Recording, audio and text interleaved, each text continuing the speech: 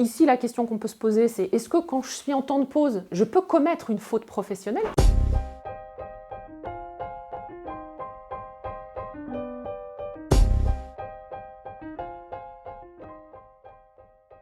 J'étais mal sur mon pied gauche et j'avais la douleur qui montait sur moi pendant ma pause. Et il faut que je sois étalé par terre pour que la douleur ça cesse un peu, quoi.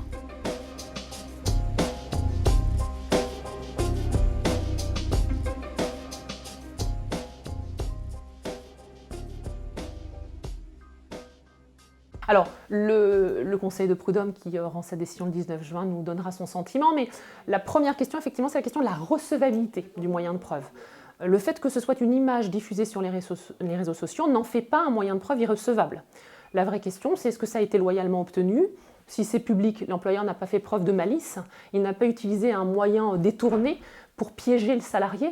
C'est un moyen qui lui a été fourni, comme tous à chacun, en consultant les réseaux sociaux. Et la seconde question, effectivement, qui est une question de fond, est-ce qu'il s'agit d'une cause réelle, d'une cause sérieuse et d'une cause grave qui permet de rompre sans préavis et indemnité ?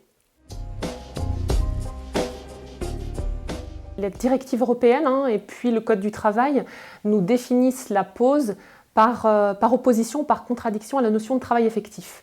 Le travail effectif, c'est le temps pendant lequel le salarié est à la disposition de son employeur, ne peut vaquer à des occupations personnelles et tout simplement répond à des directives et à des ordres. Ça, c'est le travail effectif. Donc la pause, c'est exactement l'inverse. C'est le temps pendant lequel le salarié n'est pas à la disposition de son employeur. Il va qu'à des occupations personnelles, tout simplement.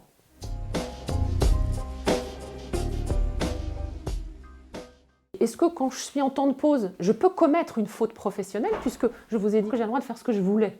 Donc si j'ai envie de faire la sieste, vous ne pouvez pas me le reprocher et me licencier. Alors la vraie limite de cette liberté de réaliser à peu près ce qu'on veut, ça va être l'image que l'on peut représenter, et ça fait partie des débats devant le Conseil de prud'homme, puisque ce que j'en ai compris, c'est qu'effectivement il apparaît avec son uniforme de travail. Un salarié qui a un habit professionnel, un vêtement de travail. Alors évidemment en exercice professionnel, mais également dans sa vie personnelle, il peut incarner l'entreprise, représenter l'entreprise.